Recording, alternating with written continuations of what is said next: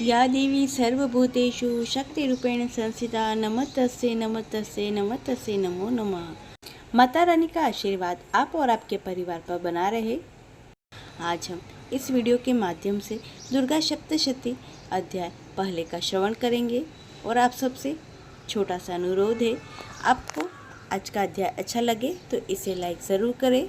पहला अध्याय मेधा ऋषि का राजा सूरत और समाधि को देवी की महिमा बताते हुए मधुकेटक व्रत का प्रसंग सुनाना। महर्षि मार्कंडेय जी बोले, सूर्य के पुत्र सावर्णी की उत्पत्ति की कथा विस्तार पूर्वक कहता हूँ, सुनो। सावर्णी महामाया की कृपा से जिस प्रकार मनवंतर के स्वामी हुए उसका ही हाल सुनो। पहले स्वराचिश नामक राज्य था। वहाँ प्रजा को अपने पुत्र के समान मानते थे।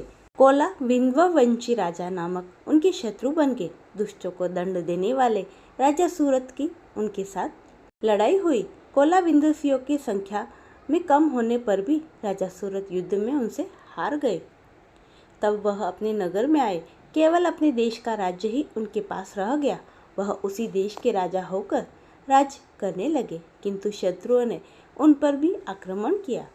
राजा को बलहीन देखकर उसके दुष्ट मंत्रियों ने राजा की सेना और खजाना अपने अधिकार में कर लिया। राजा सूरत अपने राज्याधिकार को हार कर शिकार खेलने के बहाने घोड़े पर सवार हो वहां से एक भयंकर वन की ओर चल गए। उस वन में उन्होंने महर्षि मेधा का आश्रम देखा। वहां मेधा महर्षि अपने शिष्यों मुनियों से सुशोभित बैठे हुए थे और वहां कितने ही हिंसक जीव परम शांति भाव से रहते थे। राजा सूरत ने महर्षि मेधा को प्रणाम किया और महर्षि ने भी उनका उचित सत्कार किया। राजा सूरत महर्षि के आश्रम में कुछ समय तक ठहरे। अपने नगर की ममता के आकर्षण से राजा अपने मन में सोचने लगे, पूर्व काल में पूर्वजों ने जिस नगर का पालन किया था वह आज मेरे हाथ से निकल गया। मेरे दुष्ट और दुरात्मा मंत्री मेरे नगर की अब धर्म से रक्षा कर रहे होंगे या नहीं। मेरा प्रधान हाथी जो कि सदा मेरे मत की वर्षा करने वाला और शुभ भी था, मेरे वैरियों के वश में होकर न जाने क्या दुख भोग रहा होगा। मेरे आज्ञाकारी नौकर जो मेरी कृपा से धन और भोजन पाने से सदैव सुखी रहते थे और मेरे पीछे पीछे चलते थे, अब निश्चय ही दुष्ट राजाओं का अनुसरण करते होंगे और दुष्ट और दुरात्मा मंत्रियों द्वारा व्यर्थ ही ध्यान को व्यय करने से संचित किया हुआ मेरा खजाना एक दिन अवश्य खाली हो जाएगा। इस प्रकार की सारी बातें सोचता हुआ राजा निरंतर दुखी रहने लगा। एक दिन राजा सूरत ने महर्षि मेधा के आश्रम के निकट एक वेश्या को देखा। राजा ने उसे पूछा, भाई तुम कौन हो? यहाँ तुम्हारे आने का क्या कारण है और तुम इतने शोकग्रस्त अनमने से दिखाई देते हो, इसका क्या कारण है? राजा के यह नम्र वचन सुन वेश्या ने महाराज सूरत को प्रणाम करके कहा। वेश्या बोला, राजन, मेरा नाम समाधि है। मैं धनियों के कुल में उत्पन्न एक वेश्या हूँ। मेरे दुष्ट स्त्री पुत्रादिकों ने लोभ से मेरा सब धन छीन लिया है और मुझे घर से निकाल दिया है। मैं इस तरह से दुखी होकर इस वन में चला आया हूँ और यहाँ रहता हूँ। मैं इस बात को भी नहीं जानता कि मेरे घर में इस समय सब कुशल है या नहीं। यहाँ पे मैं अपने परिवार का आचरण संबंधी कोई समाचार नहीं पा सकता। वह घर में इस तरह कुशल है या नहीं। मैं अपने पुत्रों के संबंध में यह भी नहीं जानता कि वह सदाचारी है या दुराचारी में फंसे हुए हैं। राजा बोले, जिस धन के लोभी स्त्री पुरुषों ने तुम्हें घर से निकाल दिया, फिर भी तुम्हारा चित्त उनसे क्यों प्रेम करता है? वेश्या ने कहा, मेरे विषय में आपका ऐसा कहना ठीक है, किंतु मेरा मन इतना कठोर नहीं है। यद्यपि उन्होंने धन के लोभ में पड़कर पितृ स्नेह को त्याग कर मुझे घर से निकाल दिया, तो भी मेरे मन में उनके लिए कठोरता नहीं आती। हे महामते, मेरा मन फिर भी उनमें क्यों फंस रहा है, इस बात को जानता हुआ भी मैं नहीं जान रहा। मेरा चित्त उनके लिए दुखी है। मैं उनके लिए लंबी लंबी सांसें ले रहा हूँ। उन लोगों के प्रेम नाम को नहीं है, फिर भी ऐसे निस्नेहियों के लिए मेरा हृदय कठोर नहीं होता।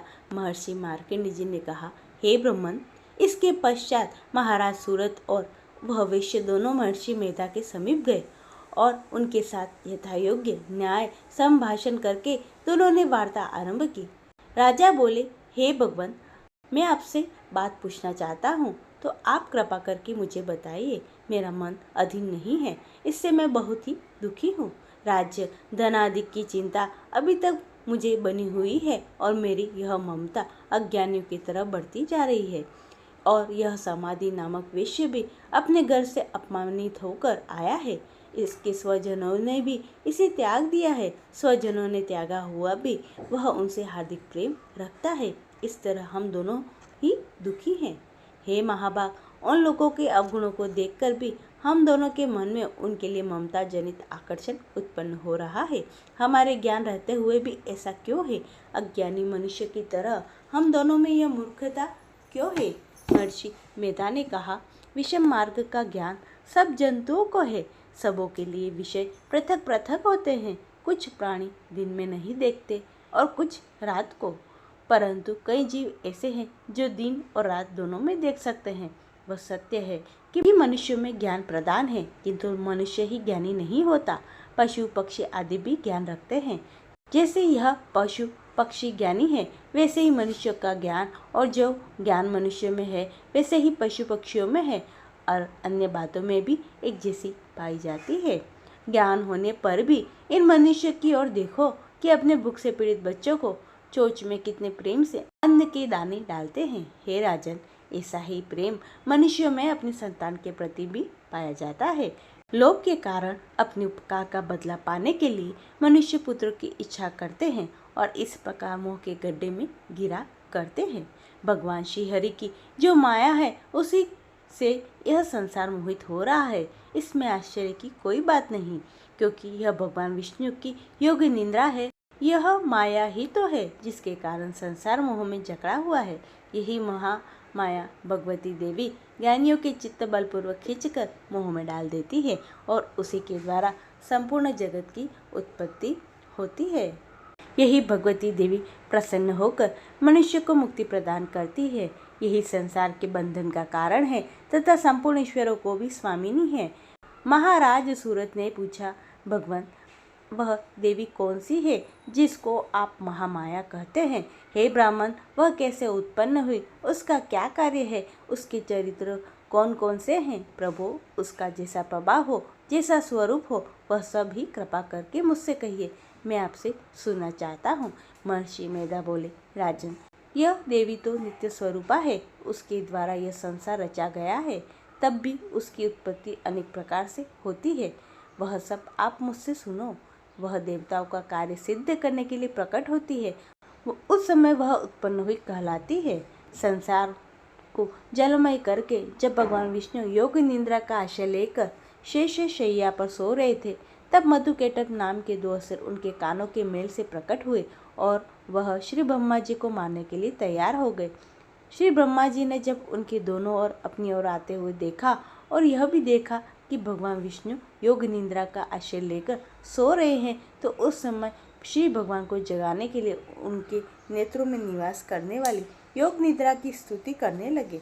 श्री ब्रह्मा जी ने कहा, हे देवी, तुम ही स्वाहा, तुम ही स्वधा, तुम ही वशटकार हो। स्वर भी तुम्हारा ही स्वरूप है। तुम ही जीवन देने वाली सुधा हो। नित्य अक्षर प्रणव में आकर उकार मकार इन तीनों माताओं के रूप में तुम ही स्थित हो। इसके अतिरिक्त जो बिंद पद अर्ध मात्रा है, जिसका ही विशेष रूप से उच्चारण नहीं किया जाता, हे देवी, वह भी तुम ही हो। हे देवी, संध्या, सावित्री तथा परम जननी तुम ही हो। तुम ही इस विश्व को धारण करने वाली हो। तुमने ही इस जगत की रचना की है और तुम ही इस जगत का पालन करने वाली हो। तुम ही कल्प के अंत में सबको भक्षण करने वाली हो। हे देवी, जगत की उत्पत्ति के समय तुम सृष्टि स्वरूपा हो, पालन काल में स्थित रूपा हो, कल्प में अंत में सहा स्वरूप धारण कर लेती हो। तुम ही महाविद्या, महामाया, महामेधा, महारात्रि, महोरात्रि हो। श्री ईश्वरी और बुद्ध स्वरूपा बुद्धि भी तुम ही हो। लज्जा, पुष्टि, तुष्टि, शांति और क्षमा भी तुम ही हो। तुम खड्ग धारिणी, तुम शूल धारिणी, गौर रूपा तथा गदा, शंख, चंक और धनुष धारण करने वाली हो। बाण, भुषंडी और परिज्ञ, यह भी तुम्हारी ही अस्त्र है। तुम ही सौम्य सौमित्र हो। यह नहीं बल्कि जितनी भी सौम्य सुंदर वस्तु हैं इस संसार में है, उन सब से बढ़कर सुंदर तुम हो।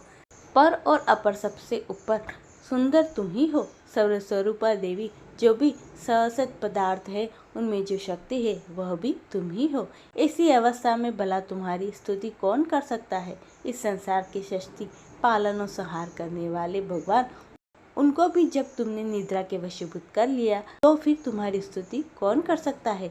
मुझे भगवान विष्णु और भगवान शंकर को शरीर धारण कराने वाली तुम ही हो। तुम्हारी स्तुति करने की शक्ति किसमें है। हे देवी, तुम तो अपने इन उदार प्रभावों के कारण ही प्रशंसनीय हो।